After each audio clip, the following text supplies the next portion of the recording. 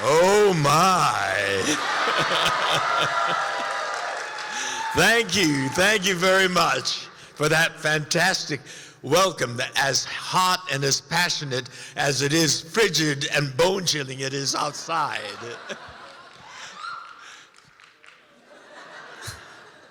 Thank you so much for that welcome, but I am also absolutely mindful that a good part of that cheer was for Hikaru Sulu of the USS Enterprise. And another part was for that middle-aged guy, Captain Sulu of the Excelsior. But this morning you have this morning, is it morning or afternoon? Oh, this afternoon, 15 minutes into the afternoon, and you have the real me.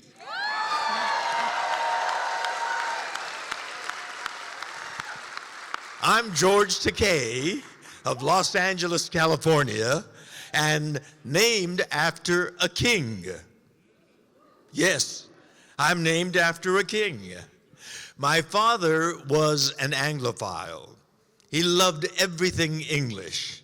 He had all the English kings and queens memorized in order. And I was born in 1937, the year of the coronation of George VI, Queen Elizabeth's father, 1937, my birth year. And I was born 3 months before the crowning of George VI as king.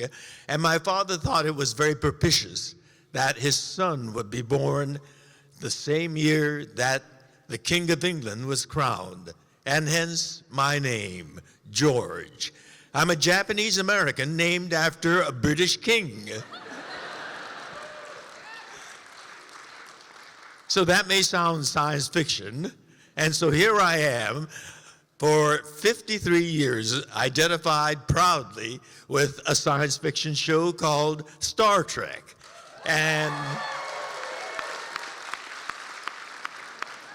And that's why we're all here this weekend, isn't it? And looking around, I can pick out all of the original fans of Star Trek. I know who you are. I can tell by the color of your hair. I've changed colors to my hair too. Or some of you have no hair at all. But we love you the most because you are the original Star Trek fans. You discovered us way back when. And Star Trek is now 53 years old, which is a real phenomenon. So thank you, all of you original fans that made Star Trek this phenomenal, long-lived show.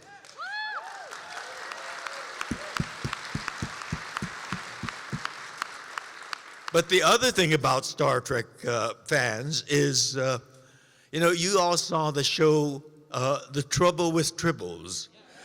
Well, Star Trek fans multiply more rapidly than tribbles. There you all are, all the descendants, the next generation and the next generation and the next generation after that. And here we have this enormous growing fandom that's kept Star Trek alive and well for 53 years now. We have 14 Star Trek feature films, 6 series, and there's another one being prepared that will open in January, Star Trek Picard.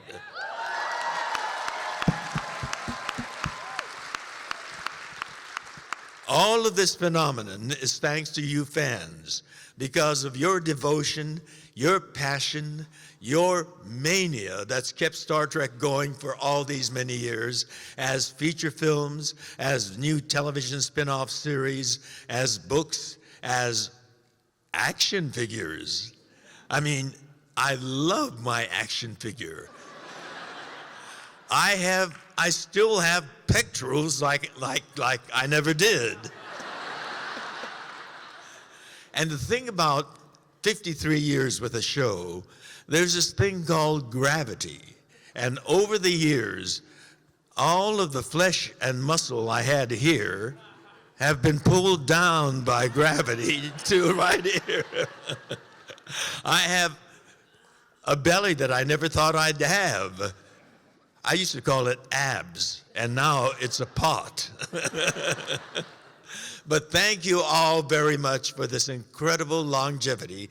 When Gene Roddenberry coined that phrase, live long and prosper, and Leonard Nimoy came up with this gesture. It's actually something that Leonard Nimoy introduced, because in one of our earlier episodes, we had Spock greeting alien leaders, and he said, we need a greeting gesture, and a handshake is too humanoid. We got to have something appropriate. And he said, well, in the Jewish faith, in one of the rituals, we have this sign. And he said, why don't we use this as our Vulcan greeting? And so that's how it came to be the sign for live long and prosper. And Star Trek has indeed lived much longer than we ever expected. You know, because as a TV series, we were low rated and canceled after the this cold is drying out my throat. Excuse me a second, I'm gonna get a drink of water.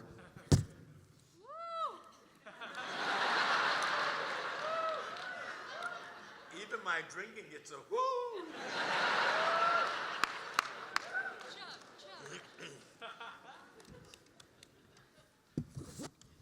So we have lived much, much longer than we ever expected, and prospered in so many unexpected ways.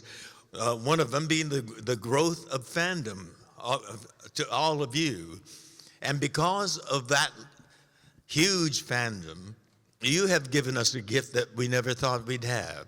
You've amplified my voice and the visibility of my name, and given me the opportunity to do so many things that I would have done anyway, but not on the scale that I've been able to. In July, my graphic memoir, They Called Us Enemy, was published. And thank you very much. And it's the Star Trek fans that bought them all up and put the book on the New York Times bestseller list, and it's been there for now 15 weeks. So thank you very much.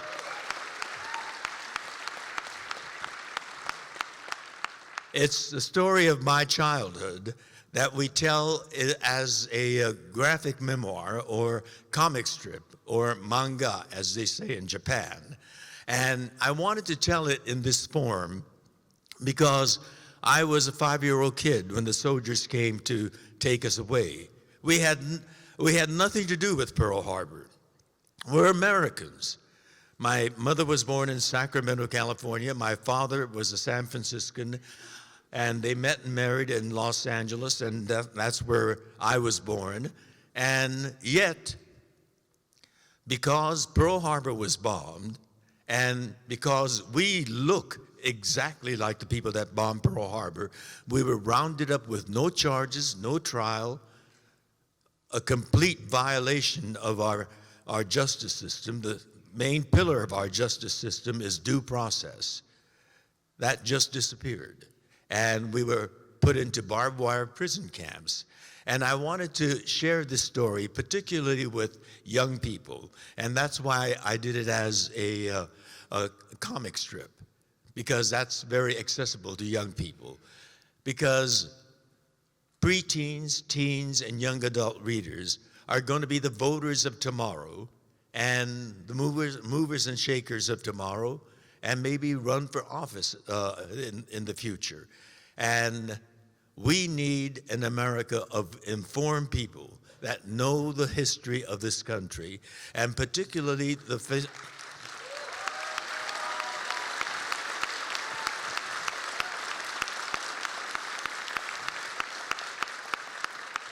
particularly the history where we made a horrible mistake, so that we don't repeat it.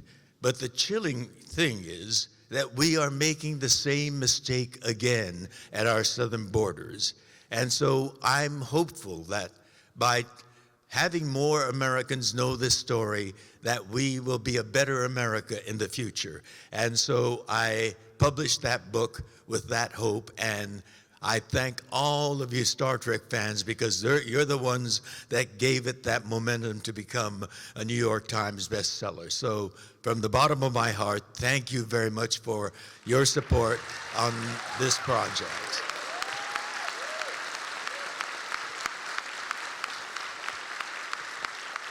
Thank you. Thank you very much. And now let's have fun. The conversation, the back and forth, your thoughts, your ideas, your criticisms, as well as your love. So let's begin with the question right here. All right, George, thank you very much for your time on the show. Short-shrifted as your time as captain. Really would have appreciated seeing more of Captain Sulu as time went on. But what brought my daughter and I here this weekend is the work that you've done since the show. And I wonder if you might reflect on your social advocacy campaigns and the connections, because the show itself had a really strong social advocacy under-theme to it. And I just wondered if you could reflect on the connections at all between the current work and the messaging that was embedded in the show. Well, as you all noted, Star Trek itself was a social justice show, because Gene Roddenberry had a vision for the future. And that's why he put the story in a utopian future world, 300 years away from the 20th century, 2300, the century, 23rd century.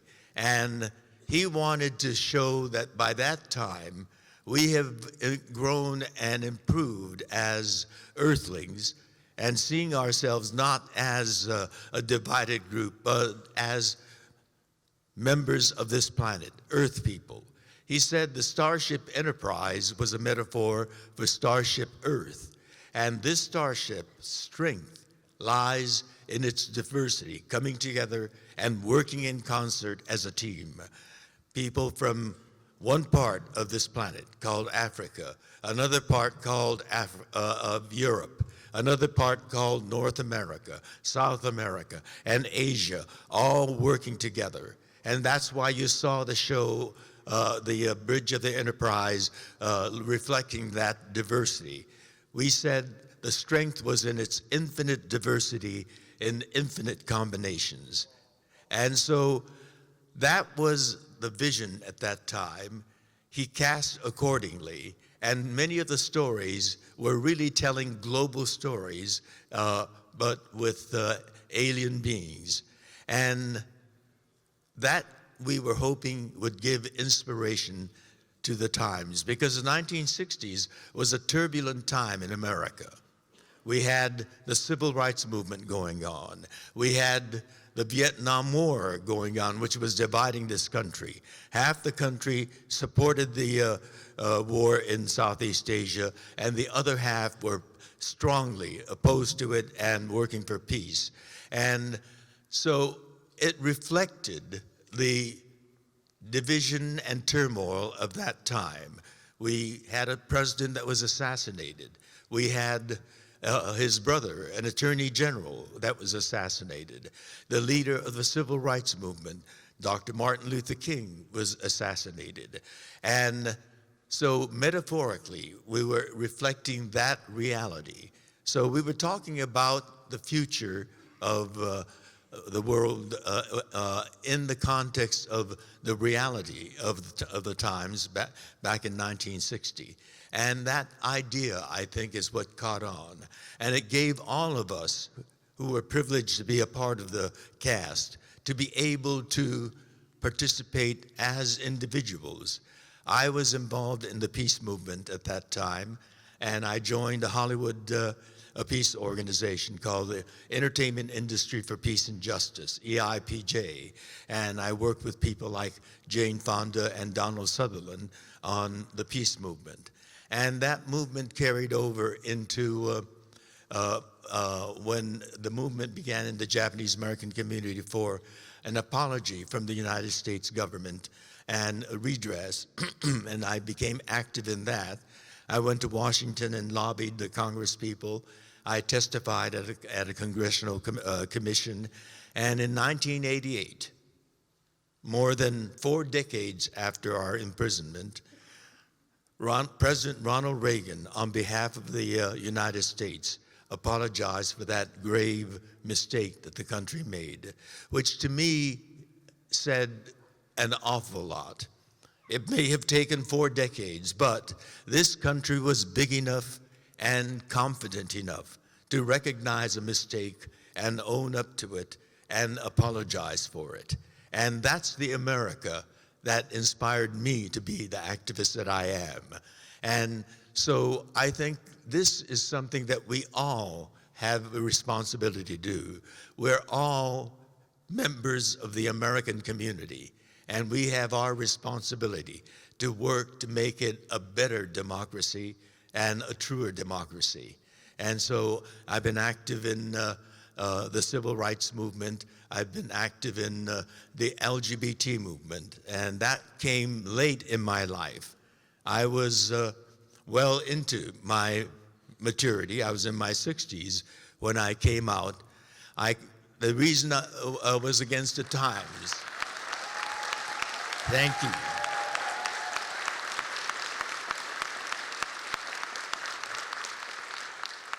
I love my acting career. The Hollywood industry has been kind to me, and I had a good momentum going in my career, but I couldn't have an acting career if it was known that I was gay.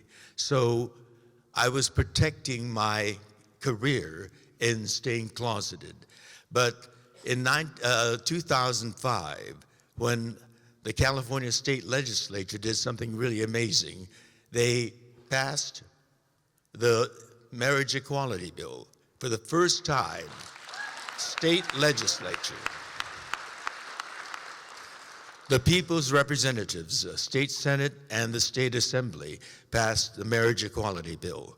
It was, to me, an exciting American advance, but that bill needed one more signature, the signature of our governor at that time, who also was a movie star, Arnold Schwarzenegger.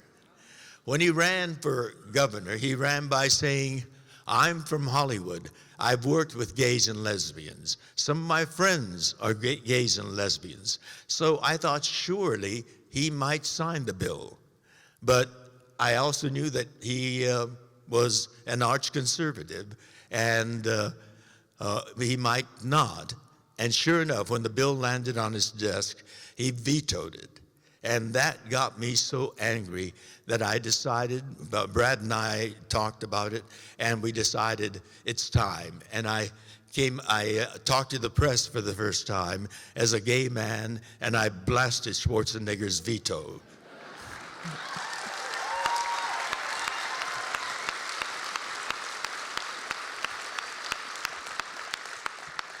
But this was all made possible by my confidence that I had your support. And so, again, thank you for that base that you served as my foundation to take that dramatic stand. So I'm very grateful on so many counts to the support from all of you fans. Thank you very much for that question. Hello. Hi, how are you? I'm really great. How are you? I'm feeling wonderful. I'm so sorry about your cold. Thank you for being here, especially with a cold and doing all of this. We really appreciate it. My question is, having gone to conventions, and so many conventions, and you've probably seen a lot of people in costumes, what are some of the favorite cosplays that you've seen, and who would you cosplay as if you went? Well, I've seen a lot of fantastical costumes. I mean, just this morning, but yesterday too, and the day before, I saw 2 kids with one turquoise and one yellow hair standing on end like this. Have you seen those kids running around? Yeah. And last weekend, I was in Providence, Rhode Island, and there was a guy in this feathery body-tight costume with enormous wings on his back, all made out of real feathers. I mean, he looked spectacular. I thought he could take off right then and there. I can't say which one was much more spectacular than the other. I've seen some women with headdresses that are like Marie Antoinette quality. These are fantastical things that I don't see on Hollywood sound stages. I come here to see those spectacles. But don't ask me to say one is better than the other. I would be a terrible judge at it. Oh, well, thank you so much. Thank you. Thanks for coming to Minneapolis, George. What is your favorite original series episode and why? My favorite original series episode is the one where I was able to whip off my shirt and get my fencing foil and terrorize. And my favorite from the feature films is Star Trek VI, The Undiscovered Country. I mean, that is a real, I earned my captaincy. For the first time, I became something that I was aspiring to be, a captain of my own starship. And that starship was called the Excelsior, much bigger than the Enterprise, much more powerful than the Enterprise, and a brand new, bright, young Captain Sulu. I think that the subtitle for Star Trek VI was, mistaken. It should have been something else, because it really is a Captain Sulu movie. I mean, look at the drama, how it's structured. The beginning, the middle, and the end. How does it begin? On the bridge of this new starship with a new captain in the captain's seat, confidently sipping his cup of green tea. And then Praxis explodes and the whole ship shudders and the pounding drama begins. Symbolically, the explosion of Praxis was the explosion of Chernobyl, and the Klingon Empire falling apart was the Soviet Union falling apart. And the Klingon ambassador that comes to make, if not peace, rapprochement with the West is Gorbachev. So all that, metaphorical reflection of the events of the time was there told in fantastical science fiction. And at that critical moment in the drama, when the captain of the Enterprise is about to be blown away to smithereens by the Klingons, I mean, he's there as a kind of a perfect target for the Klingons. Out of the darkened galaxy sky comes Captain Sulu to the rescue, and he blasts the Klingon to smithereens, thus saving the day for Captain Kirk. And the classic ending of all Star Trek movies, on the bridge of the Enterprise, Captain Kirk, this time a humbled and grateful Kirk, looks at that view screen and the giant image of Captain Sulu. And he says, in essence, "Thank you for saving my ass."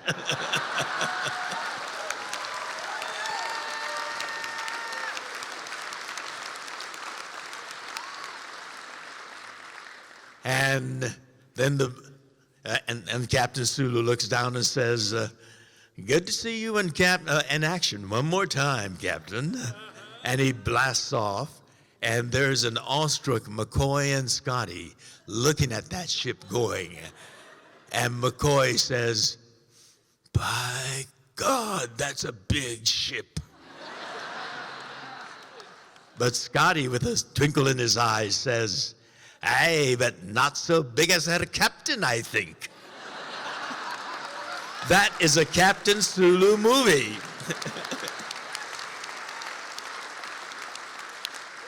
The title should have been Captain Sulu to the Rescue.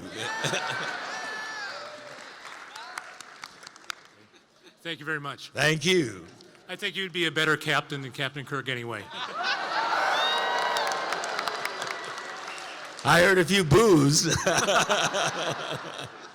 はじめまして。ああ、日本語話されますね。私はバズリです。どうぞよろしく。こちらこそ。We got to bring these people in. Oh, I was just greeting him. You sure did. I just want to say how much it is an honor to see you. And where and how did you learn and why did you learn Japanese? Okay. I'm learning at my college, Normandale Community College. A few students I see. There's a beginning Japanese course. It's 5 credits, and it's ending soon. I'm in the middle. I'm starting to learn sentence structure and verbs and like the do's and don'ts of how to write it. And I wanted to learn Japanese because I was always fascinated with Japan, its culture, its like pop culture too.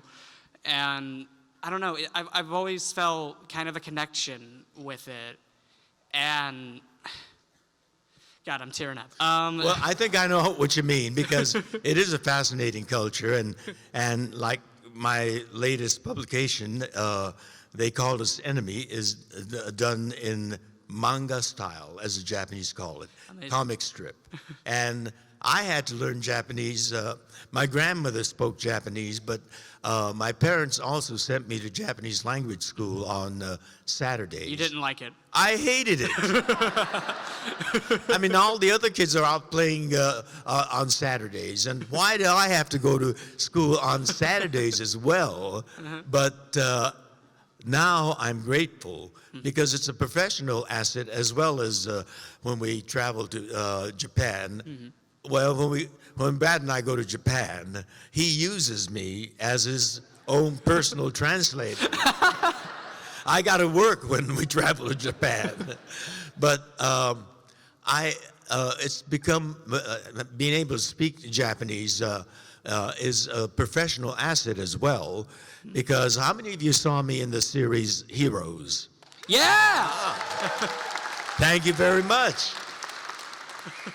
About 75% of my dialogue in that was Japanese, and so it was a professional asset. Most Japanese Americans can't speak Japanese, so that gave me a leg up over my competition, so to speak, because I was able to speak Japanese. And I did another series earlier this year. We shot it in Vancouver from January to May, and it was aired this summer, called The Terror Infamy. And in that, oh, some of you saw it. Who saw it? It'll be rerun again, so you'll see it again, those of you who missed. But in that, I, again, spoke Japanese. About 90% of my dialogue was in Japanese. But it was a challenge for me because in addition to speaking Japanese, this character was a fisherman who came from a southern coastal province called Wakayama, and he spoke with a Wakayama accent to his Japanese. You know, just like if someone comes from Atlanta, Georgia, they talk a little bit differently, you know, like that. Or if you're from Boston, Massachusetts, you know, you packed a cow over there, you know. And similarly, Japan has accents all over the country, and my character came from Wakayama. And so I had to speak with a Wakayama accent. And I don't have that, but Wakayama, my Japanese is standard Japanese. So I had the wonderful acting challenge of learning Wakayama accent as to my Japanese. So it's a real asset to have a foreign language, and the fact that you chose Japanese, I think, gives you access to a whole different part of this global society we live in. Domo arigato. No more questions. I just learning that just made my day. How many of you here speak a foreign language? Good, bravo. We need Americans who are multilingual because, we live in a global society and we need people who can communicate with others. When you go to Europe, I'm always impressed by the continental Europeans, not so much as by the Brits, because Brits are like Americans. They're monolingual. All they speak is English, but with a fascinating accent as well. But when you go to Germany or the Netherlands or Belgium or the Nordic country, they all speak at least 3 languages and some 4 or 5. It's very impressive. So we Americans have to acquire a foreign language. I also speak Spanish as well. ¿Cuántos de la gente aquí habla español? Yeah. Ah, A bit. a bit. Yeah. ¿Usted habla español? ¿Usted entiende? ¿Puede usted conversar en español? No. Sí, over there. No. No. Estudia muy duramente, por favor. Thank you very much. Have a Thank great you. day.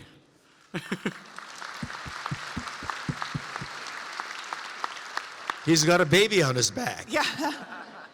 Good afternoon. Hi. I wanted to thank you for writing They Called Us Enemy. I think it's a really important work and something that I never grew up learning about, and I think it's really important for my students and my children to learn about that part of Well, thank you also for being a teacher. Oh. Teachers are very important, yes. You answered my original question, which was why you chose the graphic novel format. But I also wanted to know what it was like to collaborate with the artist and the co-author, and what it was like to see that your story come to life in that graphic novel form. Well, thank you for asking that question. Yes. The story is mine. As a matter of fact, I wrote an autobiography which was published in 1994 called To the Stars. And in To the Stars, I tell the story of my childhood imprisonment by my own country. But I wanted with this one to reach, as I said earlier, a young audience, and I told it as anime. What was your question again now? What was it like did you Oh, have any work with- say yeah, in but- who was going to be doing the art and all of that? Yes. And so, yeah. First of all, I as much as I enjoyed comic strips, I don't have the expertise in how to break it up into pictures. And like in films, some scenes should be close-ups, some should be a far shot. How to break it up into those units, those pictorial units. And that's where Justin and Stephen helped me, because they're grizzled comic strip artists or storytellers. But I wanted to find someone to draw it who had a sensibility like manga, the Japanese comic strip style, and who also was able to capture emotions in their drawing. And we came across this extraordinary woman, extraordinary in many ways. She is half Japanese. Her mother's Japanese, and her father is American. I don't know what Becker is an English extraction, but he's old, multi-generational American. But she grew up in Japan. She reads and writes Japanese, and is an enormously gifted animator. I mean, with a line and a squiggle, she's able to capture emotions. And with her drawing, she made 5-year-old me irresistibly adorable. I mean, I fell in love with that cute kid too. And so she had all those talents, and she hadn't been published too much. This is her first big opportunity, and I love the idea of giving a talented person this kind of opportunity. So I'm going to be working with her on another anime, manga style project. I won't tell you yet because we're not there yet, but we're thinking of another story to tell. Harmony Becker. Isn't that a beautiful name? Harmony Becker. And she's a wonderful, wonderful person with a great gift of artistry. Okay. Thank you very much.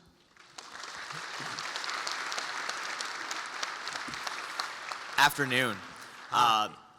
Your portrayal of Mr. Sulu on Star Trek in the original series when it first came out was a huge step for representation of Asian Americans in mainstream media.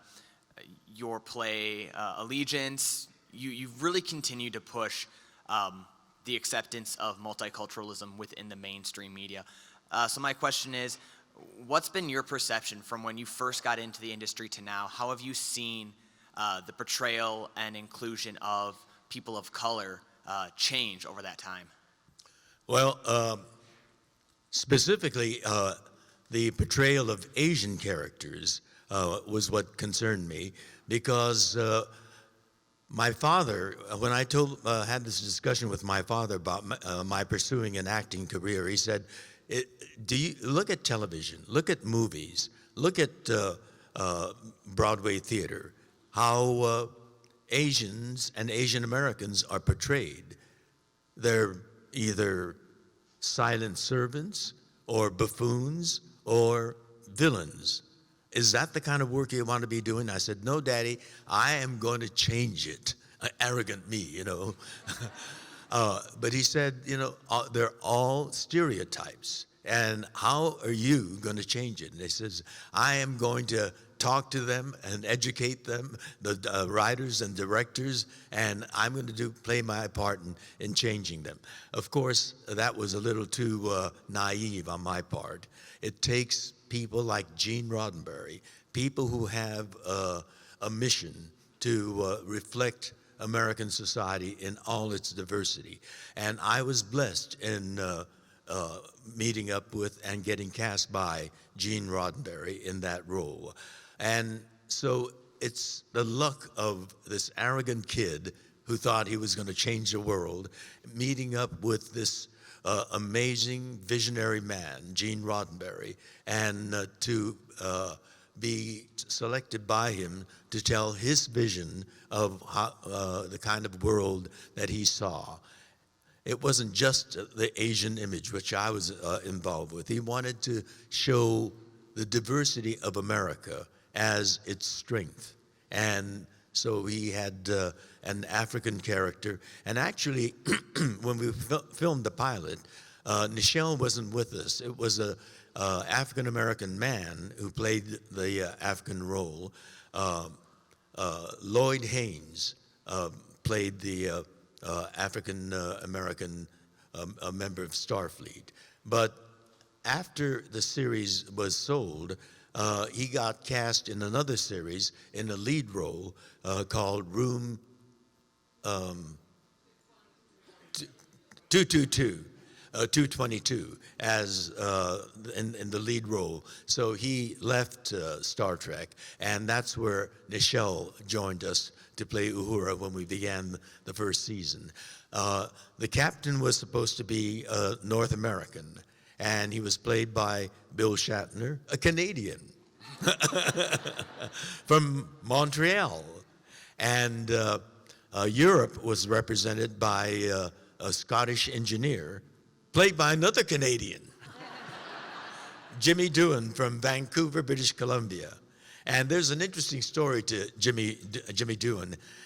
He became a good, well, I'll confess, a drinking buddy of mine. I learned a great deal about drinking from Jimmy. He told me that he's getting famous as a Scotsman, but in actual fact, he's Irish Canadian. But he told me, I've drunk enough of the libation of Scotland to qualify playing a Scotsman.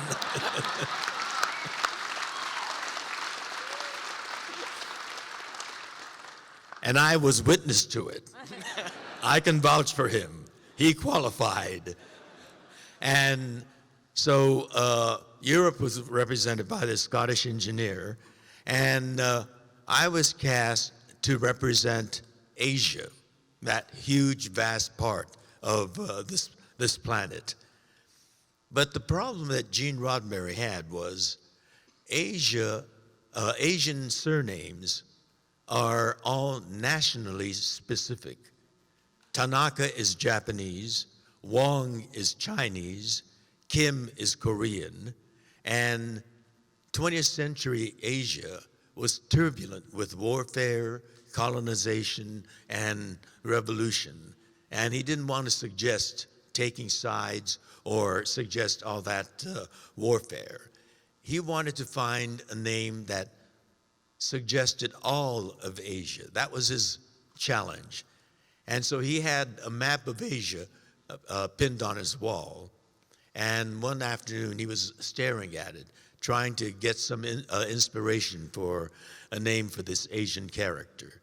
And he found off the coast of the Philippines a sea called the Sulu Sea. And he thought, the waters of a sea touch all shores. And that's how he came up with the name Sulu for the Asian character. But that's a kind of deep thought that Gene Roddenberry put into the naming of his characters. And so I represent the Sulu Sea and the waters that flow throughout the Asian part of this planet. And that's Gene Roddenberry's envisioning of the 23rd century, when we would be all Earth people as opposed to alien. And he crossed even that barrier by having a character that was half alien, half Vulcan, and half human, the Leonard Nimoy character, Spock. And so he was really a visionary guy, and I feel very, very blessed to have known and been the beneficiary of his vision for a better global society. Thank you so much. And I have to say, as an avid follower of yours on social media, it was a pleasure the other day to meet Brad in person. He's right here. He's somewhere around here. Brad, where are you? Oh, there he is.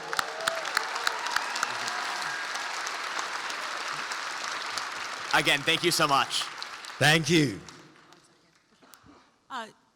Sir, you have about 5 minutes left, so this is the last question. All right. I'll try to confine myself to 5 minutes. Okay. I have a tendency to ramble, so I need people to keep me reined in. Okay. Well, hello. Hi. Hi, I'm Georgette. I'm just named for my father, though. So. Good name. Well, thank you. As a theater educator, I would love to hear what is happening with Allegiance right now. Well, thank you very much.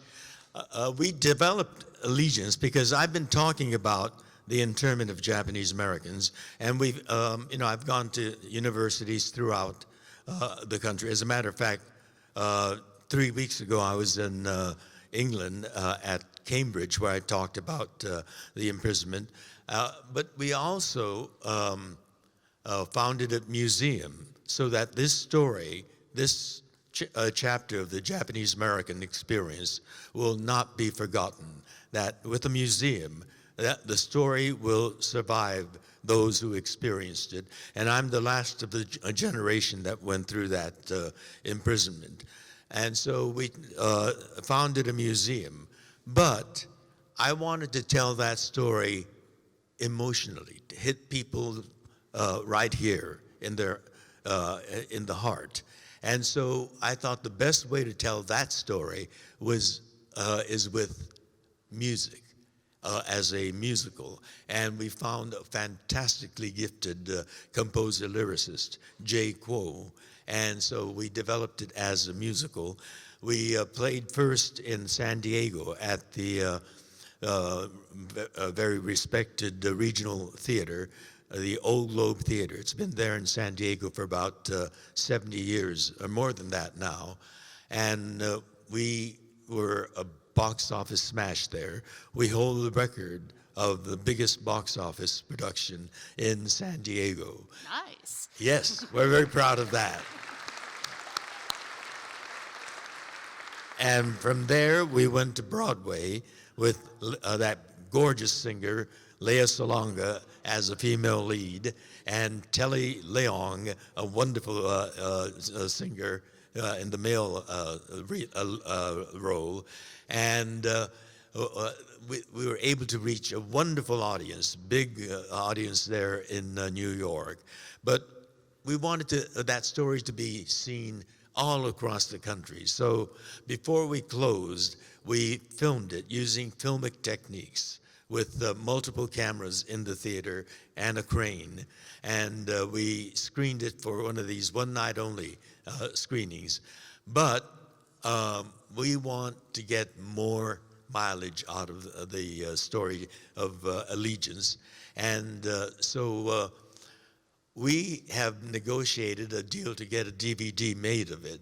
And they promised, thank you, yes, we want all of you to be able to see it. But it's taking forever and a day. We were hoping that we would have it by summer, and they kept delaying it, and they said early November. Here, it's past early November now. We're going to miss the Christmas sales, but it will eventually come out. But I can also add that we are looking into exploring doing Allegiance on the West End in London. So treat yourself to a vacation in London when we open, hopefully around 2021, and catch Allegiance on stage where it belongs. Thank you very much for your question. And thank you all very much for your support. It's been a great convention. I've enjoyed it thoroughly. We'll see you again.